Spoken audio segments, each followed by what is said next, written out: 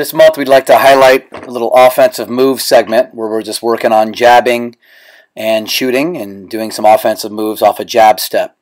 Jab is a pretty fundamental move, but unfortunately a lot of players these days have gotten away from fundamentals. So when you watch AAU basketball and even a lot of college basketball, you'll see players instantly dribble the ball when they get it instead of, squaring up to the basket. And really, once you dribble the ball, you've eliminated, well over half the moves you can make. So we like to teach our players to rip and face the basket and, try to move that defender with your foot and try to have a foot fight, we call it, and get yourself an angle or at least shift the defense before you attack off the dribble. The first move we'd like to make is the jab and shoot. And I'm going to start in a good stance. You'll notice every time I make a move, I'm starting with my knees bent and the ball in my shooting hip pocket. I am right-handed, so the ball is always on my right side in that hip pocket, ready to go straight up into my shot. So first of all, it gets into my shot quicker, and second of all, it's protected from the defense. We don't want to wave the ball around. That might work at a younger age, but as you get to more advanced levels of basketball, middle school, high school, college, that's going to get stripped by a defender. So I'm keeping it tight, keeping it in the shooting hip pocket. I'm jabbing at the imaginary defender's foot. You'll see I'm jabbing at an angle here. I'm not jabbing straight ahead, and I'm not jabbing to the side. I'm attacking the defender's foot. You always want to just attack defender's feet and try to move the defense. Of course, everything I do with my right foot, I'm also going to do with my left. So just obviously still working on the jab, but now going to my left foot. And the ball is still in my right hip pocket. Jab, pull back, and shoot. You'll notice there's a weight shift on all of my jabs. So my upper body, my shoulders are going forward as well. I'm not just throwing my foot out there with my shoulders back. I'm trying to really have a weight shift so my defender thinks I'm trying to attack the rim, and then I'm pulling back quick into my shot. You can really see it from this angle that my upper body is also going with my foot. It's involved in the fake. Again, it's not just, I'll show the wrong way to do it later, but it's not just throwing my foot out there without my upper body involvement. Now we go to our moves off. I'm going to do a jab and go here. So the coaching point's the same, exact fundamentals of the jab, not shortening the jab and losing my powerful attacking jab step. A lot of players, when they start to go off the dribble, they will lose that strong jab and they'll rush through it just to get to the dribble part. But I'm still jabbing hard. I'm just lifting that foot up after a quick hesitation. I'm not bringing the foot back. Not that that's a bad move, it's just a different move. I'm jabbing, I'm leaving my foot there, and I'm just kind of hesitating, and then I'm picking my foot up to go past the defender because he's not reacting. And we're going to one dribble into the shot. Of course, you could finish these and get to the rim, but just for the sake of working on our shot a little bit, I'm going to pull up and shoot. You'll see I'm trying to power dribble that ball above my waist, which, by the way, I'm not so good at with my left hand. You can see a difference here. On my dribble, I'm actually not able to pound the ball above my waist as well as I am with my right hand. And that's common. It's something I would need to work on if I'm still playing. We want to power that dribble above our waist so the momentum of that dribble takes us right into our shot. If you've seen some of the better guards historically in the NBA, John Stockton, Steve Nash, Isaiah Thomas, Chris Paul, guys who on that last dribble they're trying to power dribble that up into their shot, instead of catching it below the knee and then kind of lifting it up.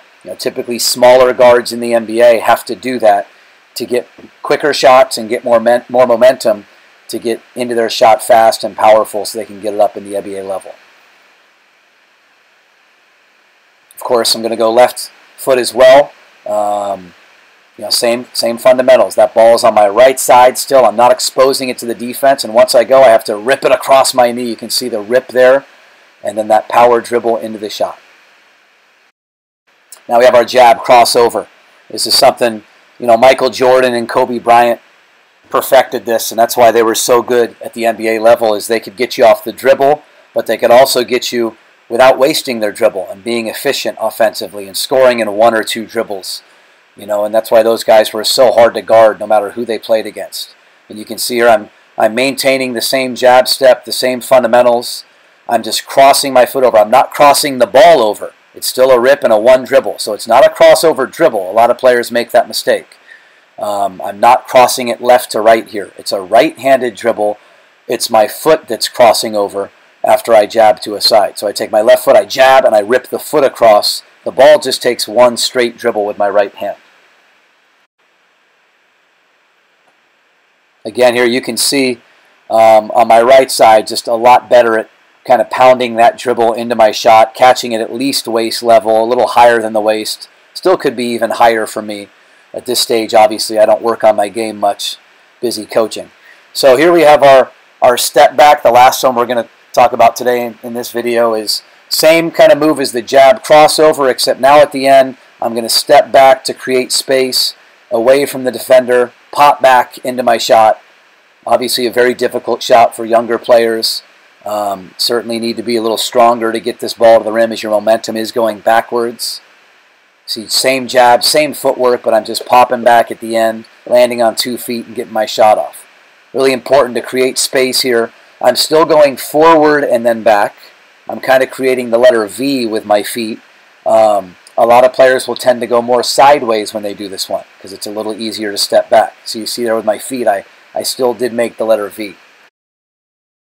I do want to finish with a couple mistakes younger and less experienced players tend to make when they jab. Even advanced players, you know, at the high school level, do a lot of this stuff wrong because it's such a lost art. But you can see I'm turning my shoulders when I jab. We don't want to turn our shoulders. We want to stay square to the basket and be able to attack that defender either direction.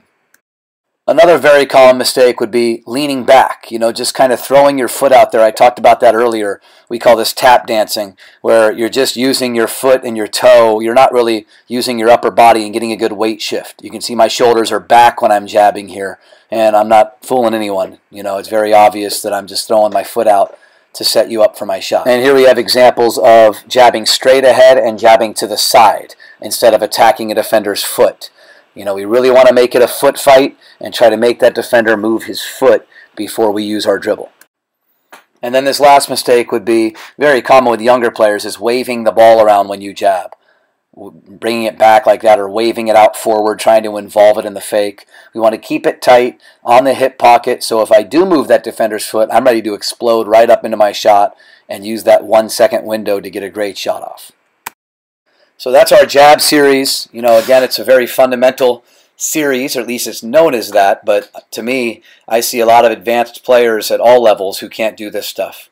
Everybody wants to do things off the dribble, and we love scoring off the dribble, but, you know, you're really maximizing your opportunities if you're able to move that defender's foot without using your dribble right away. And, of course, in other areas of the game and other situations, you do have to use your dribble and you want to use a ball screen or you want to break your guy down one-on-one. But certainly want to have these type of moves in your pocket because being an efficient player, we want to score in as few dribbles as we can sometimes. And you look at the best scorers in the history of our game, they are guys that certainly implement this kind of stuff on a regular basis. Very few of those guys had to rely on dribbling only. So really recommend the jab series. Most of us know these drills, but really looking at the coaching points and making sure we're doing it perfectly and doing it so it'll work in a game on a great defender is important. So hopefully this helps some of you, and hopefully we'll go out and work on our game and implement this into our practice routine.